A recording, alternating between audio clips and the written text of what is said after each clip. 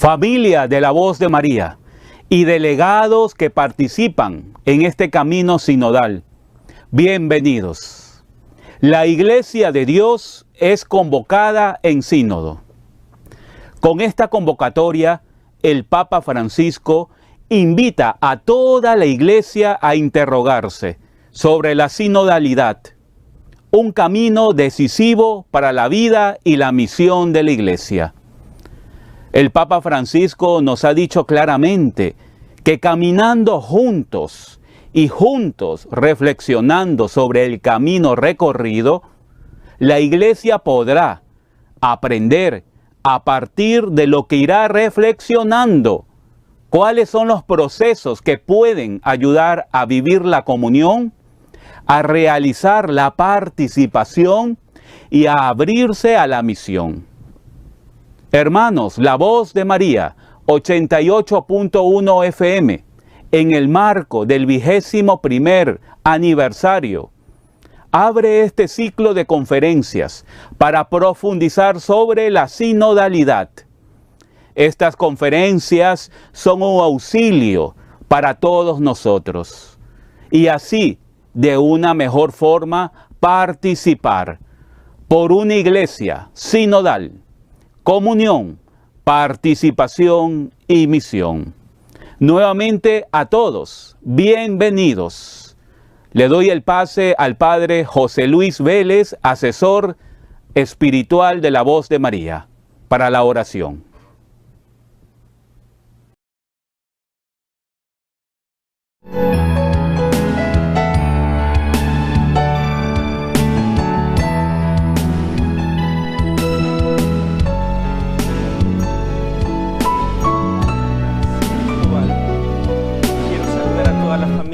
De Radio La Voz de María y también a todos los delegados que han recibido de parte de la Iglesia esta misión de desempeñar y desarrollar este proceso sinodal en las parroquias, movimientos e institutos de vida consagrada.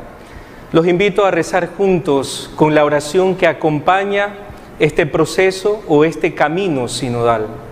En el nombre del Padre, y del Hijo, y del Espíritu Santo. Amén.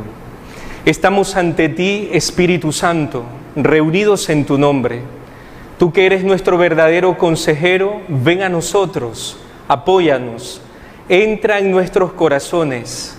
Enséñanos el camino, muéstranos cómo alcanzar la meta. Impide que perdamos el rumbo como personas débiles y pecadoras. No permitas que la ignorancia nos lleve por falsos caminos. Concédenos el don del discernimiento, para que no nos dejemos que nuestras acciones se guíen por perjuicios y falsas consideraciones. Condúcenos a la unidad en ti, para que no nos desviemos del camino de la verdad y la justicia, sino que en nuestro peregrinaje terrenal nos esforcemos por alcanzar la vida eterna. Esto te lo pedimos a ti que obras en todo tiempo y lugar, en comunión con el Padre y el Hijo, por los siglos de los siglos. Amén. En el nombre del Padre, y del Hijo, y del Espíritu Santo. Amén.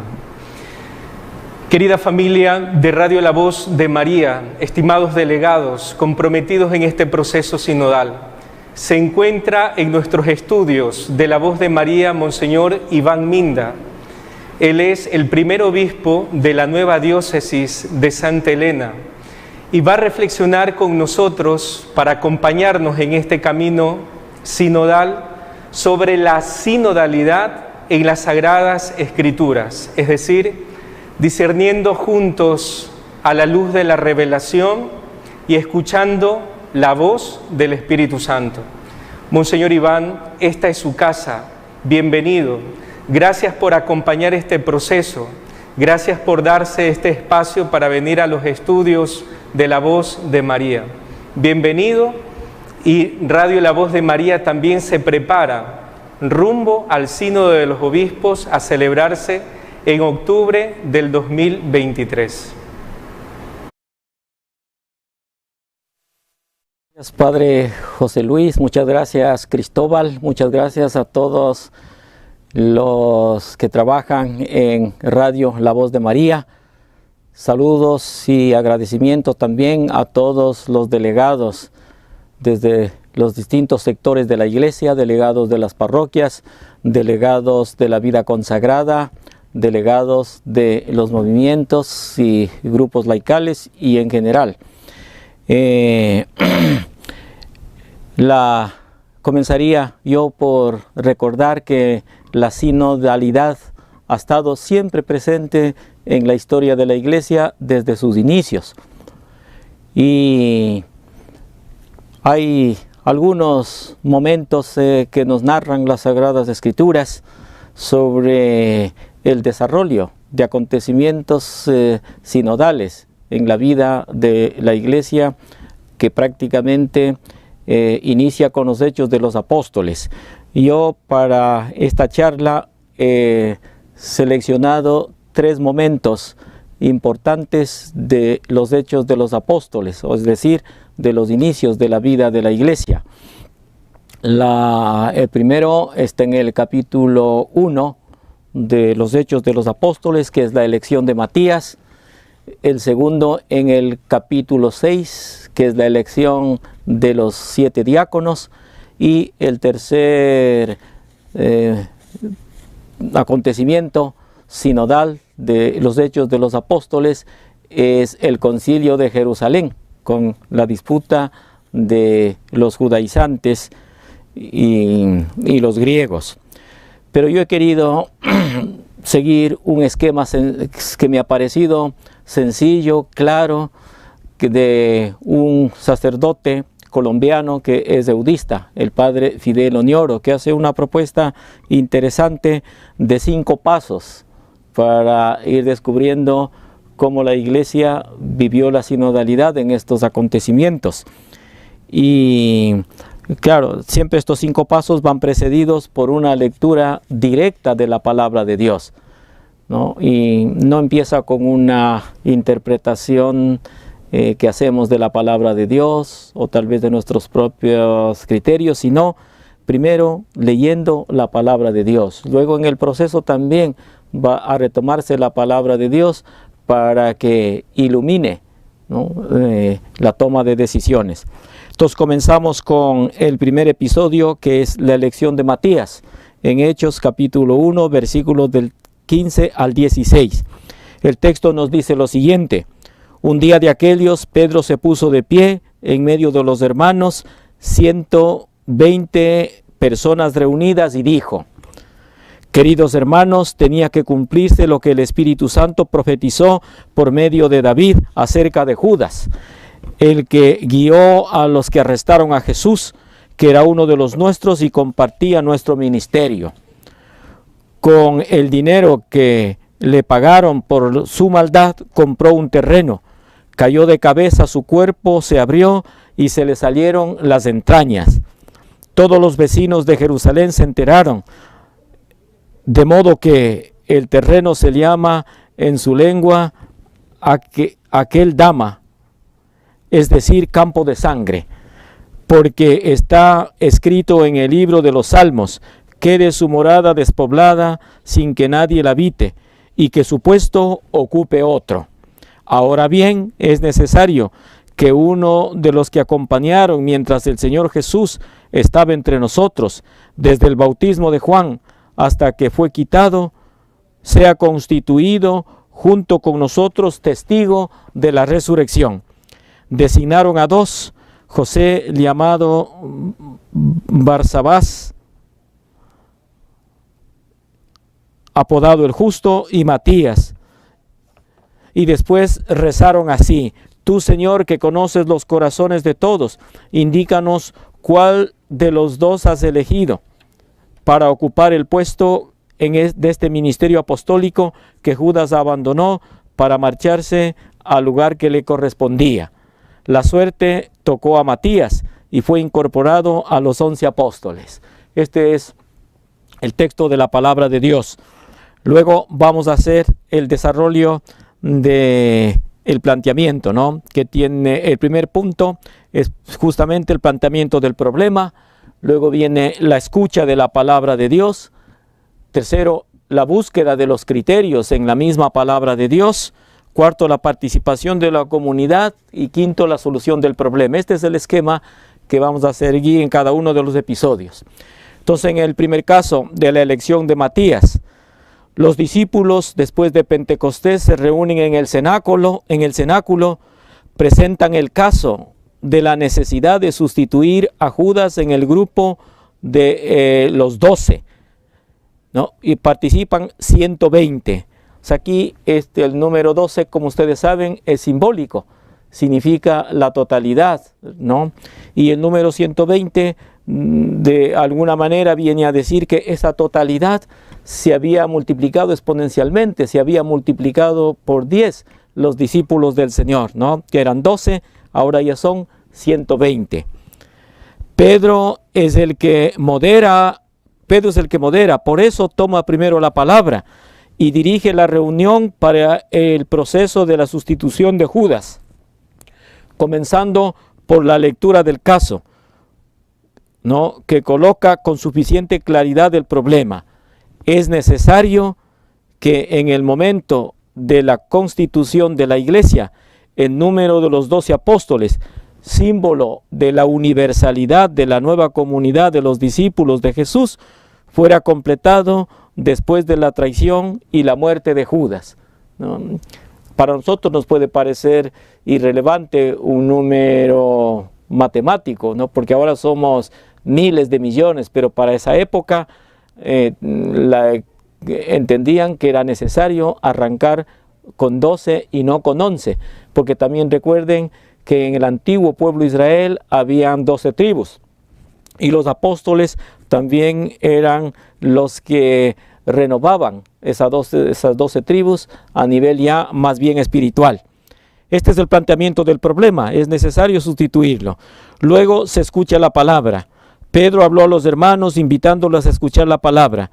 Queridos hermanos, tenía que cumplirse lo que el Espíritu Santo profetizó por medio de David acerca de Judas, el que guió a Jesús a los que le arrestaron, que era uno de los nuestros y compartía nuestro ministerio. Con el dinero que le pagaron por su maldad, compró un terreno, cayó de cabeza, el cuerpo se abrió y salieron las entrañas. Está leyendo, ¿no? Todos los vecinos de Jerusalén se enteraron de cómo el terreno que compraron, ¿verdad? Porque está escrito, aquí está la cita de la Sagrada Escritura literal, ¿no? Porque está escrito, quede su morada despoblada, sin que nadie la habite, y que su puesto ocupe otro. Viene la búsqueda de criterios, ¿no? ¿Cuáles son los criterios?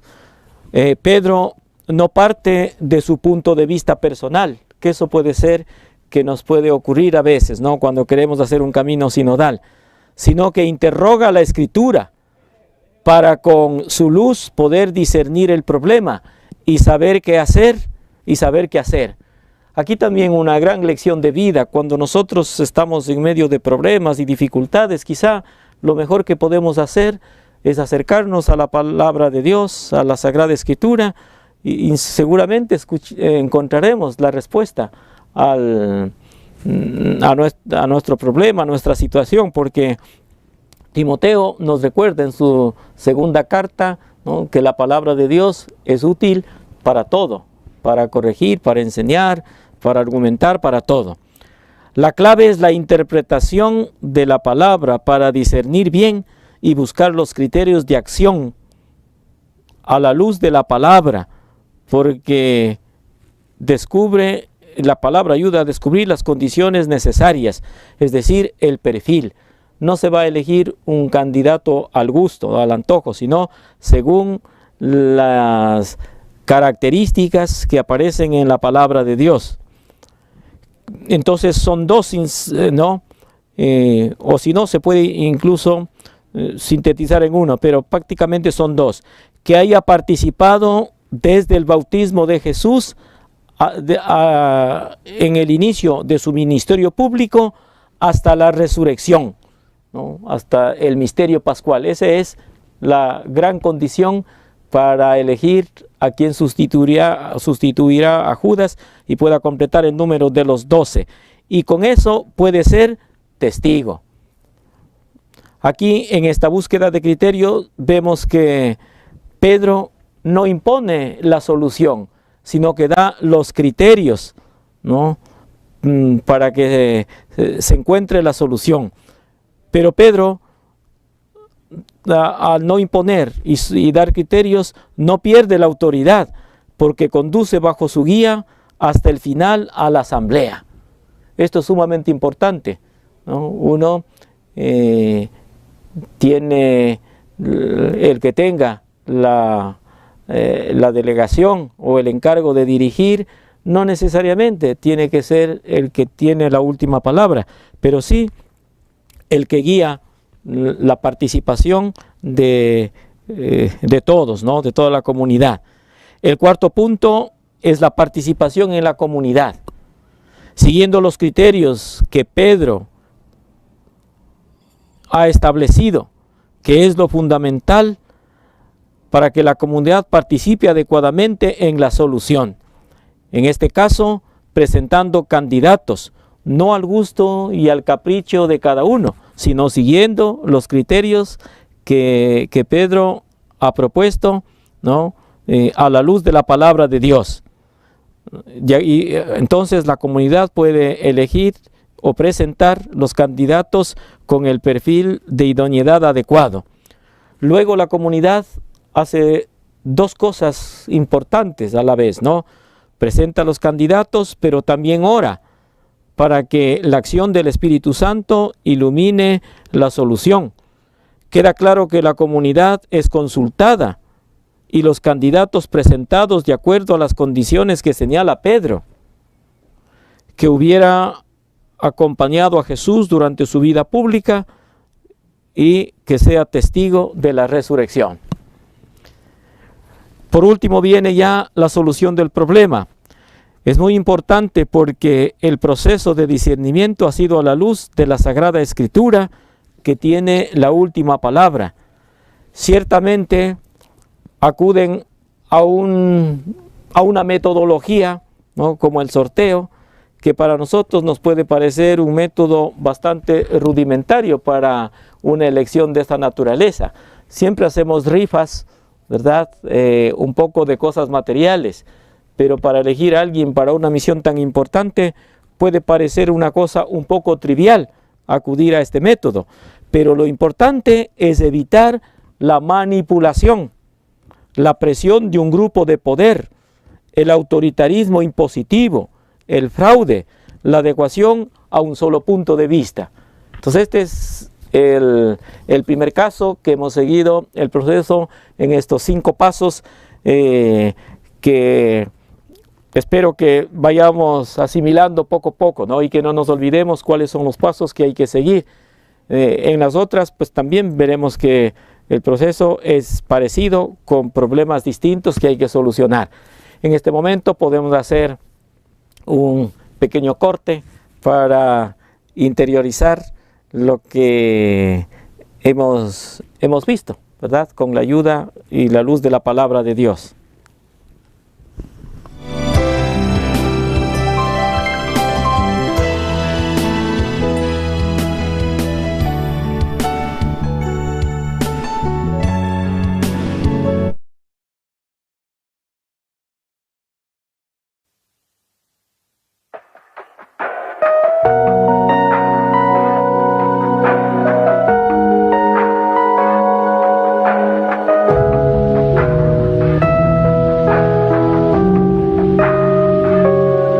Sé que Dios está hablando, algo nos está contando. Su palabra nunca falla, solo hay que confiar en Él.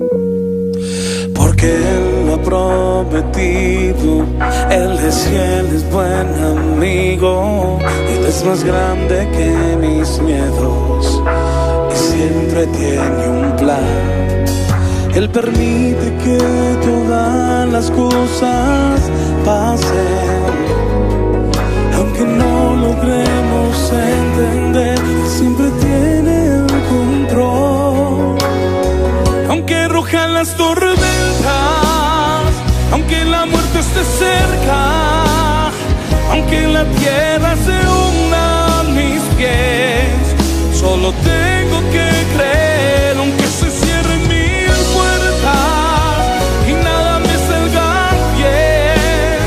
Yo sé que Dios algo bueno está haciendo, solo tengo que abrazar mi fe.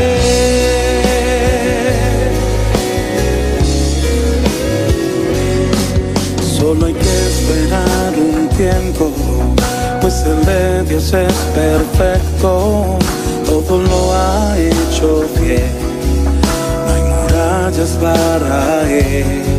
Yo cerraré mis ojos, se lo dejaré a Él, me abandono a su cuidado, yo confío en su poder. Él permite que todas las cosas pasen, aunque no logremos entender, siempre tiene el control. Aunque rujan las tormentas, aunque la muerte esté cerca, aunque la tierra se hunda a mis pies, solo tengo que creer, aunque se cierren mil puertas y nada me salga bien. Yo sé que Dios algo bueno está haciendo, solo tengo que abrazar mi fe. Cuando el pescador no puede ir al mar, utiliza todo el tiempo para su red de parar. Aunque rujan las tormentas, aunque la muerte esté cerca, aunque la tierra se hunda a mis pies, solo tengo que creer, aunque se cierren mil puertas y nada me salga bien. Yo sé que Dios algo bueno está haciendo, solo tengo que abrazar mi fe.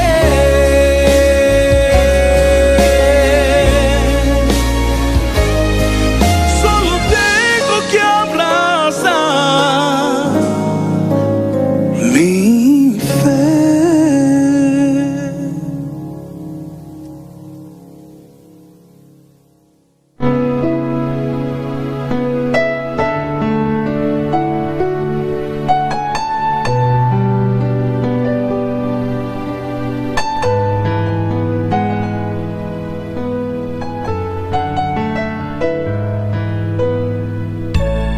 Después de haber visto el primer caso de sinodalidad en los Hechos de los Apóstoles, en el que Pedro finalmente acaba cumpliendo la misión que el Señor le encargó de confirmar en la fe a sus hermanos. Ahora vamos a ver el segundo caso, que es la institución de los diáconos, que está en Hechos capítulo 6, versos del 1 al 7. Por entonces, al aumentar el número de los discípulos, empezaron los de lengua griega a murmurar contra los de lengua hebrea, porque sus viudas quedaban desatendidas en la distribución diaria de los alimentos. Los 12 convocaron a todos los discípulos y les dijeron: no es justo que nosotros descuidemos la palabra de Dios para servir a la mesa. Por tanto, hermanos, elijan entre ustedes a 7 hombres de buena fama, dotados de espíritu y de prudencia, y los encargaremos la tarea. Nosotros nos dedicaremos a la oración y al ministerio de la palabra. Todos aprobaron la propuesta y eligieron a Esteban, hombre lleno de fe y de Espíritu Santo, a Felipe, Prócoro, Nicanor, Timón, Pármenas y Nicolás, prosélito de Antioquía. Los presentaron a los apóstoles y estos, después de orar, les impusieron las manos. El mensaje de Dios se difundía en Jerusalén, crecía mucho el número de los discípulos y muchos sacerdotes abrazaban la fe. Este es el texto directo, ¿no?, de la palabra de Dios. Entonces empezamos con el primer paso, ¿no?, que es el planteamiento del problema. Al desbordarse la misión de la palabra por la fuerza del Espíritu Santo, los apóstoles no pueden ya encargarse adecuadamente de todas las responsabilidades de la misión y revientan las tensiones entre dos grupos de cristianos, los de origen hebreo, es decir, los judíos, y los de origen griego, los helénicos. Estos últimos se quejaron porque les trataban con discriminación a sus viudas y pasaban hambre. Aquí va a aparecer un problema que de alguna manera va a atravesar toda la historia de la iglesia. Dos formas de concebir la misma iglesia y su propia misión. Incluso no solamente en la práctica de la caridad, sino también en la misma teología, como veremos en el siguiente caso, ¿no? En estos dos capítulos va a aparecer mucho esas dos mentalidades, de la mentalidad griega y la mentalidad judía. Con este capítulo comienza la otra parte del libro de los Hechos de los Apóstoles, en el que aparece un nuevo grupo en la iglesia de Jerusalén, los helenistas. Esta era la situación de aquella iglesia en Jerusalén. Por una parte está el grupo cristiano de lengua aramea y cultura hebrea, grupo de la mayoría en ese tiempo, ¿no?, de la que formaban parte los apóstoles.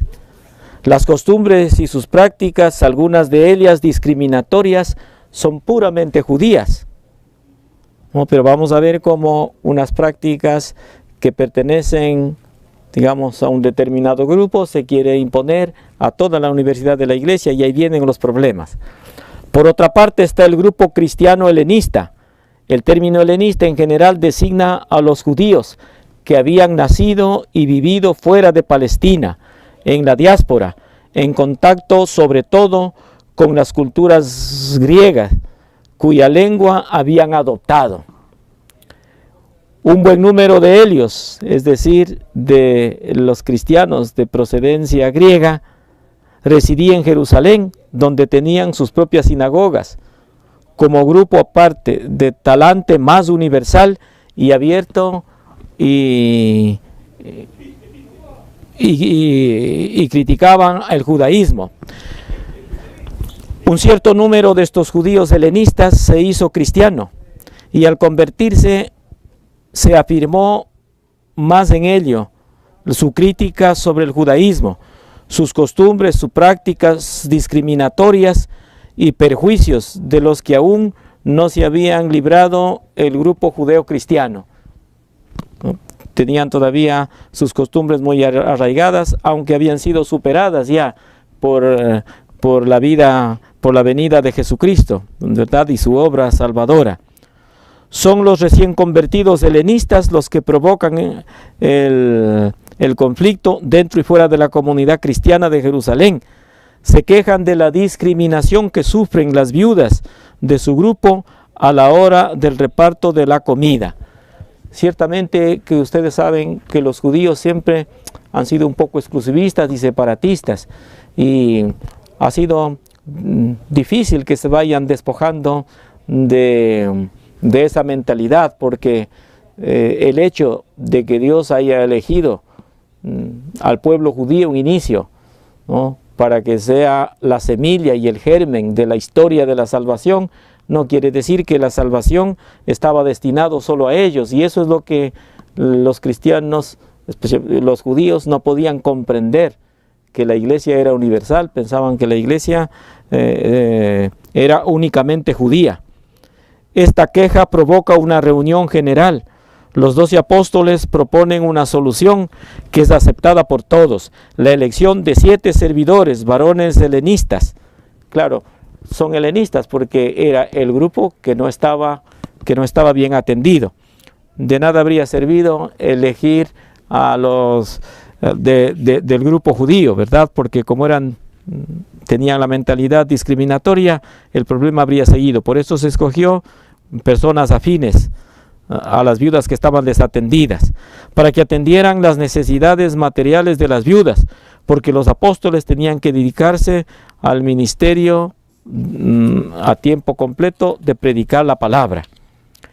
El segundo paso sería la escucha de la palabra de Dios, aunque en este caso no se lee explícitamente el texto de la Sagrada Escritura, pero sí se hace referencia a la palabra que se iba difundiendo de manera exponencial, de modo que los apóstoles tenían que dedicarse ya a tiempo completo a la vida de oración, en primer lugar, porque han aprendido de su maestro que sin la oración la tarea puede resultar estéril, y a la enseñanza de la palabra, que es como nos recuerda el Salmo 118, es como lámpara para nuestros pasos, ¿verdad? Luz en el sendero. Esas son las tareas que se van a dedicar de manera más exclusiva los apóstoles, dejando el servicio de las mesas a los diáconos que luego van a ser elegidos.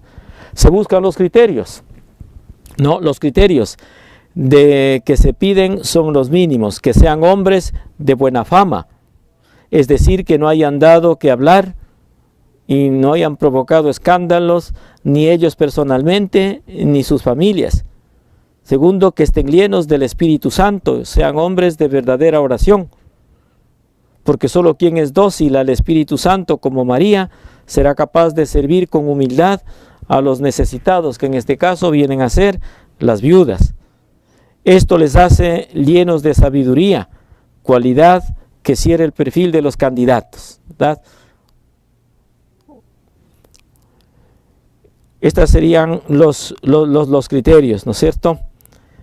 Luego, el aporte de la comunidad es el cuarto paso en todos los episodios. Esta vez la comunidad, en un clima de oración y siguiendo los criterios de los apóstoles, inspirados en la palabra de Dios, que en otras ocasiones exige estas virtudes para poder ejercer un servicio eclesial a todos los candidatos, ¿verdad? Siempre lo importante es los criterios que se siguen para tomar la decisión, porque si no hay criterios claros, cualquier decisión puede resultar arbitraria, o por lo menos parecer arbitraria. Entonces estos candidatos, siguiendo la comunidad, siguiendo los criterios, encuentran estos candidatos que ellos los conocían, que sí reunían esas condiciones, ¿no? Ese perfil para ser nombrados para este ministerio. Eran hombres de buena fama, llenos de Espíritu Santo, confirmando estas virtudes, con toda su vida orientada por la prudencia y la sabiduría, que solo viene de lo alto por medio del Espíritu. Y por último, viene ya la solución del problema.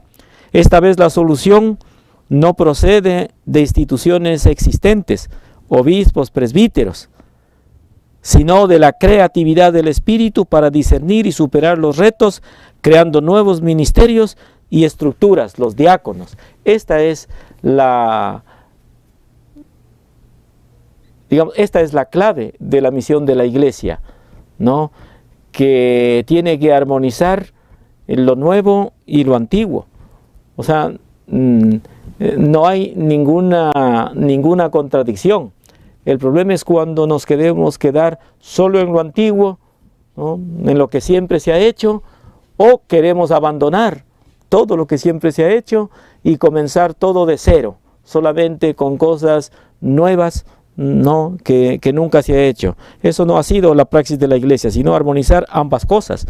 Y habían los obispos y habían los diáconos, pero ahora, los presbíteros y los obispos, ahora se necesita otro ministerio, y crean el ministerio del diaconado, de acuerdo a los signos de los tiempos, para avanzar en la evangelización.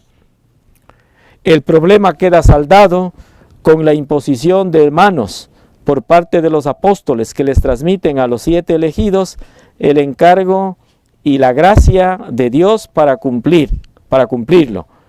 La imposición de las manos en la cultura bíblica venía a significar la comunicación del Espíritu del que impone las manos sobre quien le son impuestas, ¿no? Recuerden, Elías también, pues, ¿no? Para recibir su espíritu Eliseo recibió la capa de Elías.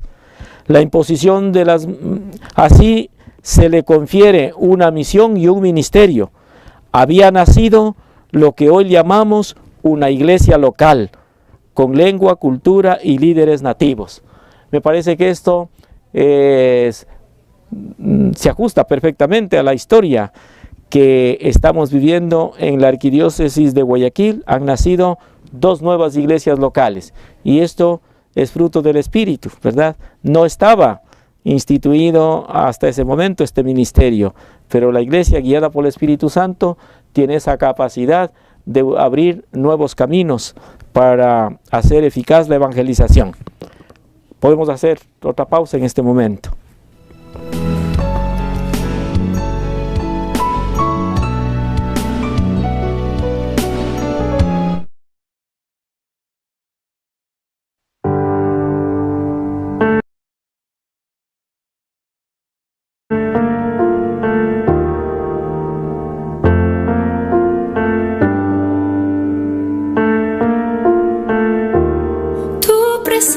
Es como un manantial de agua viva que fluye sobre mí, un fuego ardiente que reaviva y quema mi existir.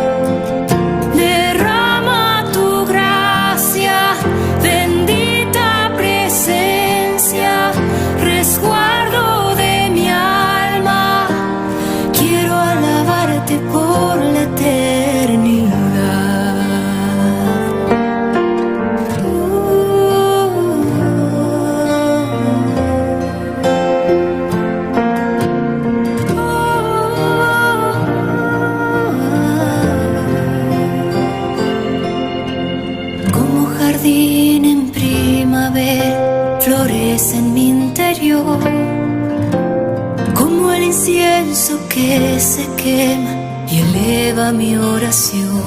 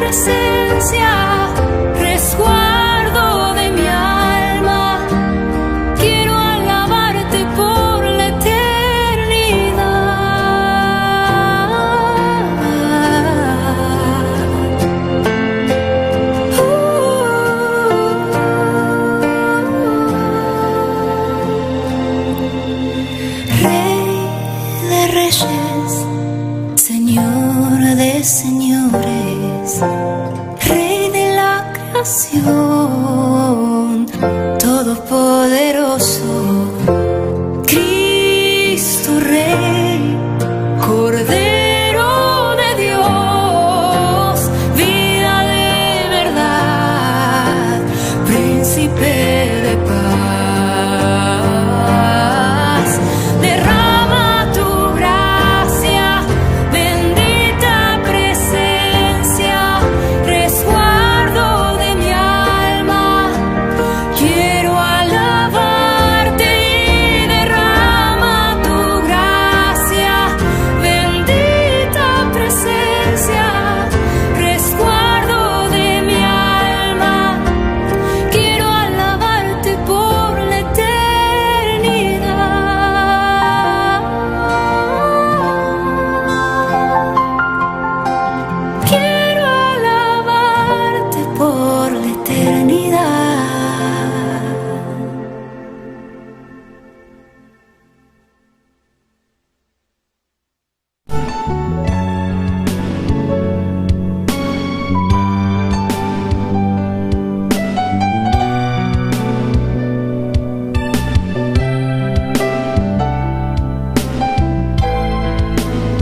Comenzamos con el tercer episodio de los Hechos de los Apóstoles, que está en el capítulo 15, versos 1 al 19. Aquí la lectura es un poquito más larga, aunque yo le he cortado una parte, ¿no? Pero en todo caso, este es un tema profundamente teológico y cristológico. Los otros eran más bien temas pastorales, porque había que sustituir a dos ministerios, ¿no? Esta es una cuestión de fondo. Se habla sobre el tema de la salvación. Si la salvación de Cristo es suficiente o si tiene que apoyarse en la circuncisión, que era una ley del Antiguo Testamento. Bueno, dice el texto, algunos venidos de Judea enseñaron a los hermanos que si no se circuncidaban según el rito de Moisés, no podrían salvarse. En este primer versículo está la bomba, ¿no? Aquí está el problema, el núcleo. Pablo y Bernabé tuvieron una fuerte discusión con ellos, de modo que se decidió que Pablo y Bernabé, con algunos más, acudieran a Jerusalén para tratar el asunto con los apóstoles y los ancianos. Ya la cosa pintaba compleja, ¿no? Llegados a Jerusalén, fueron recibidos por la comunidad, los apóstoles y los ancianos, y les contaron lo que Dios había hecho por su medio. Pero algunos de la secta farisea, que habían abrazado la fe, se levantaron y dijeron que era necesario circuncidar a los paganos convertidos y obligarles a observar la ley de Moisés. Los apóstoles y los ancianos se reunieron para examinar el asunto. Luego de una agitada discusión, se levantó Pedro y dijo: Hermanos, ustedes saben que desde el principio me eligió Dios entre ustedes, para que por mi medio los paganos escucharan la buena noticia y creyeran. Dios, que conoce los corazones, mostró que los aceptaba, dándoles el Espíritu Santo lo mismo que a nosotros. Él no hizo ninguna distinción entre unos y otros, y los purificó por medio de la fe. ¿Por qué ahora ustedes tientan a Dios, imponiendo al cuello de los discípulos un yugo que ni nuestros padres ni nosotros hemos sido capaces de soportar? Al contrario, nosotros creemos que tanto ellos como nosotros hemos sido salvados por la gracia de Jesús. Aquí va a ser la gran lucha, ¿no?, entre circuncisión y gracia. Toda la asamblea en silencio se dispuso a escuchar a Bernabé y a Pablo, que les contaron los milagros y señales que Dios había obrado por su medio entre los paganos. Cuando se callaron, les contestó Santiago: Hermanos, les ruego que me escuchen. Simón ha contado cómo Dios desde el principio dispuso elegir entre los pueblos paganos un pueblo consagrado a su nombre. Eso concuerda con lo que anunciaron los profetas, como está escrito.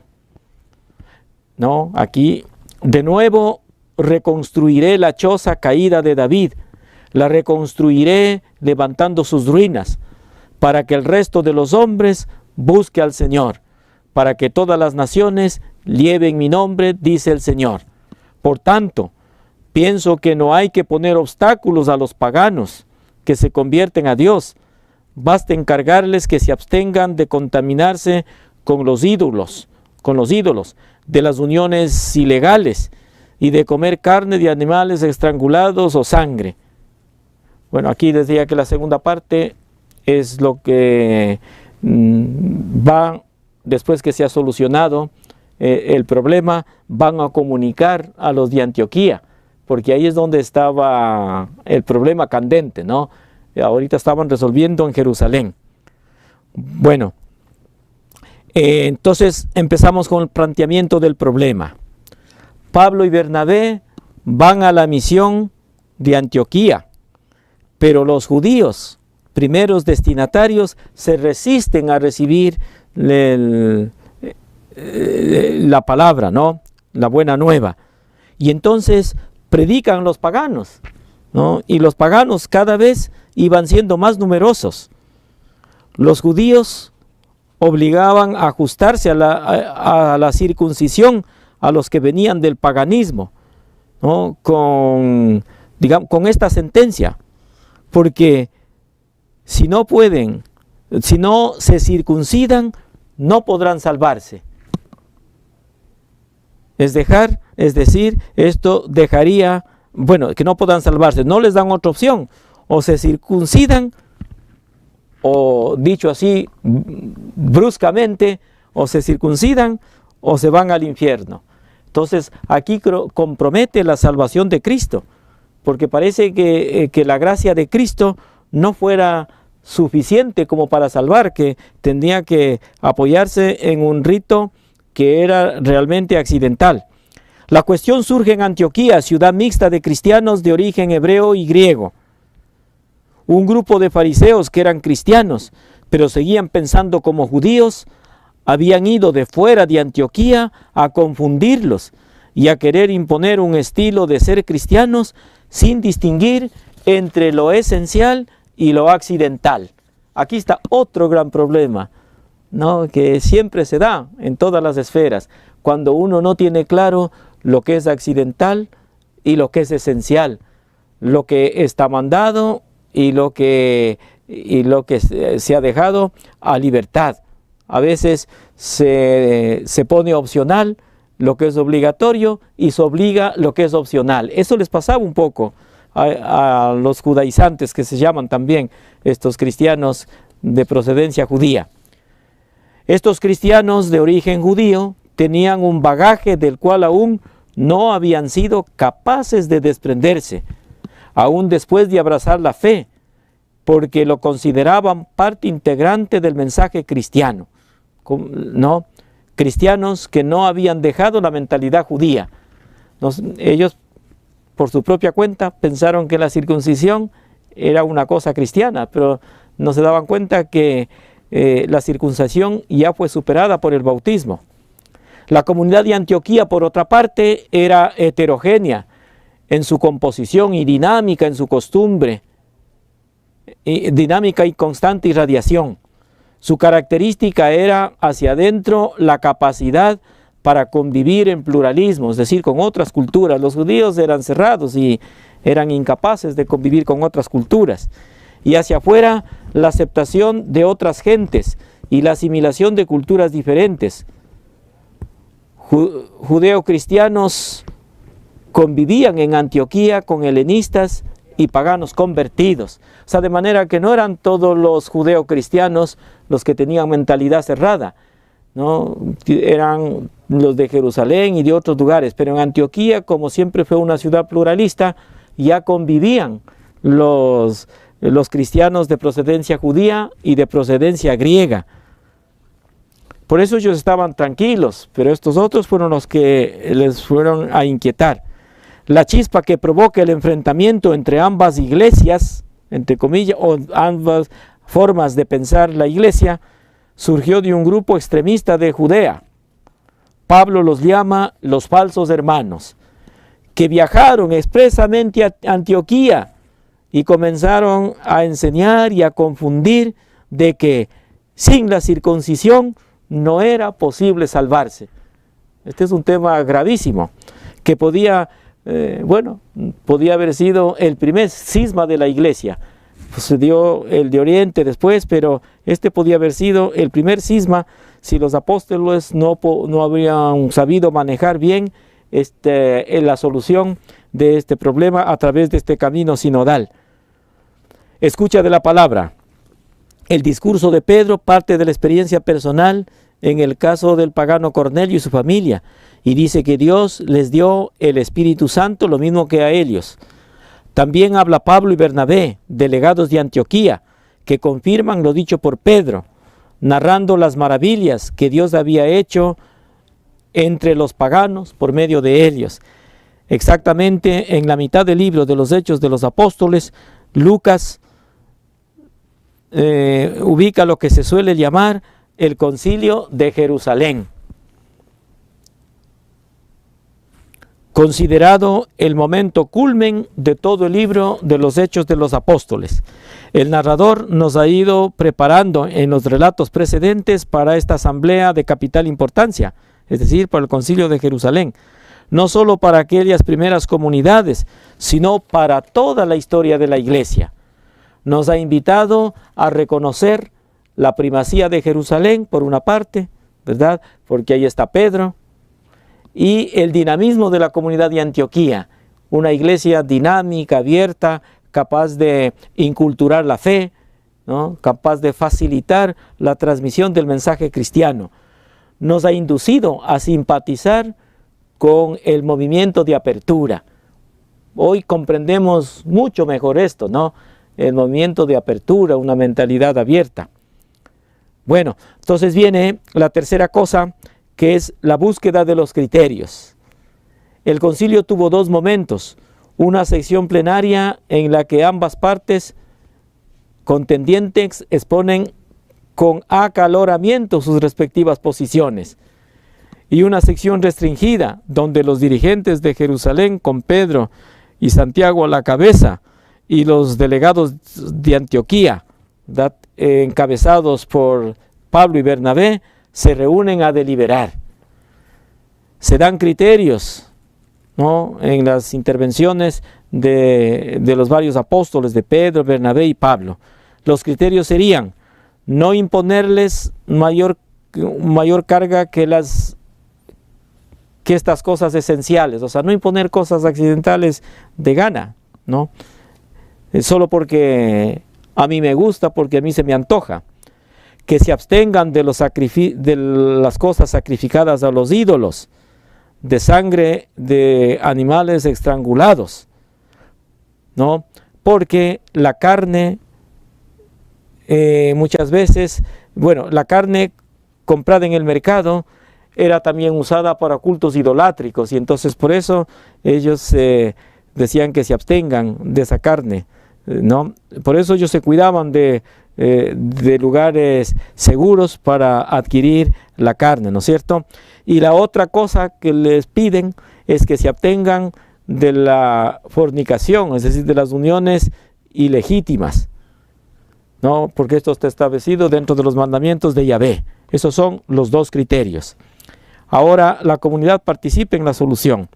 La comunidad propone posible solución: enviar a Pablo y Bernabé, enviar a Jerusalén y a Pablo a Bernabé. Es la primera parte de la solución, porque el conflicto se había hecho tan fuerte que en Antioquía no le iban a poder solucionar. A buscar solución en comunión con los apóstoles. Cuentan la gran aceptación de los paganos y se preguntan por qué detener estos frutos por una norma no esencial, prácticamente invalidando la gracia de Cristo, que es más que suficiente para la salvación. El Espíritu Santo fue el verdadero protagonista, guiando no solo a los apóstoles, sino también a toda la comunidad para la solución del conflicto. La unidad de la iglesia no se rompió. Esto es una cosa espectacular, ¿verdad? Estaba a punto de romperse, pero no se rompió, gracias a que se hicieron bien las cosas y permitieron que el Espíritu Santo guiara la solución en esta asamblea sinodal. Las barreras discriminatorias se rompieron y los paganos fueron admitidos en la iglesia en pie de igualdad entre cristianos de procedencia judía y de procedencia griega. Sin embargo, desde su reducto esta comunidad fue capaz de aceptar en la persona de Pedro la apertura del evangelio a los paganos, iniciada por los helenistas, y que también nos afecta a nosotros, que somos descendientes de aquel primer impulso. Digamos que si no habría sido por los helenistas, nosotros habríamos quedado, bueno, por lo menos en una facción de la iglesia, pero no en la iglesia íntegra y con comunión plena. La solución del problema. Finalmente, Santiago, el jefe de la oposición moderada, toma a su vez la palabra y acepta claramente la decisión de Pedro. dice que imponer la circuncisión y la ley judía a los paganos sería poner obstáculos a la conversión, descalificando así a los extremistas. No obstante, Santiago propone algunas cláusulas de comportamiento para los paganos convertidos, con el fin de asegurar la convivencia con los judeocristianos de las comunidades mixtas. Estas fueron aceptadas, que ya hemos señalado. Al término de aquella memorable reunión, considerada como el primer concilio de la Iglesia, esta gran sentencia que lo conocemos muy bien, ¿no? de Pedro: el Espíritu Santo y nosotros, ¿no?, hemos decidido tales cosas. Esta vez Santiago propone prácticas adecuadas a la realidad de su cultura y posibles de practicarlas sin que afecte a lo esencial de la fe. Sin embargo, los cristianos de hoy caeríamos en un error si consideráramos el Concilio de Jerusalén como un hecho del pasado, cerrado y superado. Estos concilios de Jerusalén se repiten constantemente porque son para dirimir estas cosas importantes que por la dificultad mismo del misterio de Dios se vuelven complejas, y para eso tiene que estar el magisterio para discernir y para dirimir el problema, ¿no? Las mismas herejías muchas veces no son de mala voluntad, sino que son una mala comprensión del misterio, y muchas de las veces son comprensibles porque el misterio de Dios es insondable. El magisterio de la Iglesia, ¿no?, con la luz del Espíritu Santo, si sigue los pasos adecuados, etcétera, es la que, digamos, la que puede clarificar estos temas en la medida de lo posible, porque el misterio es realmente inagotable. En realidad, el Concilio de Jerusalén continúa abierto, porque el problema de fondo que allí se planteó ha sido y sigue siendo problema de fondo de toda la historia de la Iglesia, también de nuestros días, ¿no? Siempre hay esa dificultad de tener una comprensión unitaria del misterio de Dios. Por eso mismo, como este camino sinodal que se hizo en el Concilio de Jerusalén está vigente, es válida y legítima la propuesta del camino sinodal que nos hace el Papa Francisco como una actitud permanente de la Iglesia. Bueno, espero que en algo les haya iluminado estas pequeñas ideas que he tratado de compartir con ustedes, pero ahí tienen los textos en la Sagrada Escritura que pueden acudir y profundizarlos e ir descubriendo, ¿no?, estos pasos, incluso algunos otros matices que yo no he sacado aquí. Entonces, muchas gracias a todos por la atención y esperemos que el camino sinodal continúe.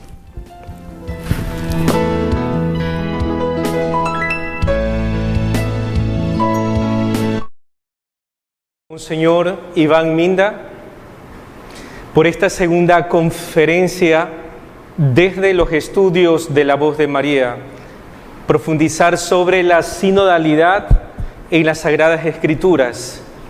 Se ha detenido en el libro de los Hechos de los Apóstoles y marcando 3 momentos claves, momentos de sinodalidad: la elección de Matías, la elección de los 7 diáconos y también el primer concilio celebrado por los apóstoles, el Concilio de Jerusalén.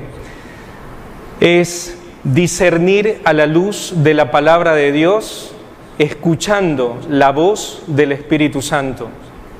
Monseñor, gracias por venir a los estudios de la Voz de María en el marco de su aniversario, 21 años de evangelización. Gracias por acompañar también este camino sinodal. Un saludo a toda la familia de Radio La Voz de María que también ha estado conectada a través de nuestras cuentas oficiales de Facebook y canal de YouTube. Y también a todos los delegados que responden y asumen con valentía este desafío del trabajo sinodal en las parroquias, movimientos e institutos de vida consagradas y también pastorales específicas. Monseñor, quisiera regresar a estudios para que usted pueda bendecir a toda la audiencia de La Voz de María, que también nos sintonizan, no solo nos ven por las redes oficiales, sino también por nuestra frecuencia 88.1 FM. Monseñor, muchas gracias.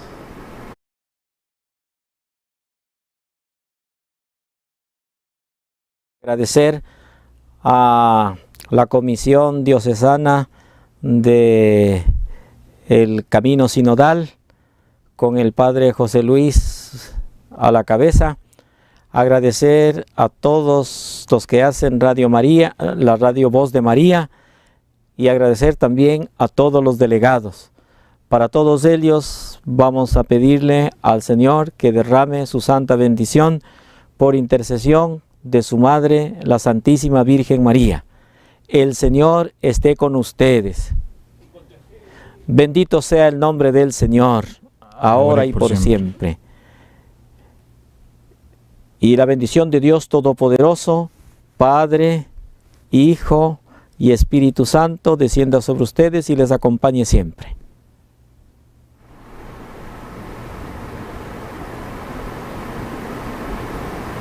Una vez más, agradecemos a Monseñor Iván y también a toda la familia de La Voz de María.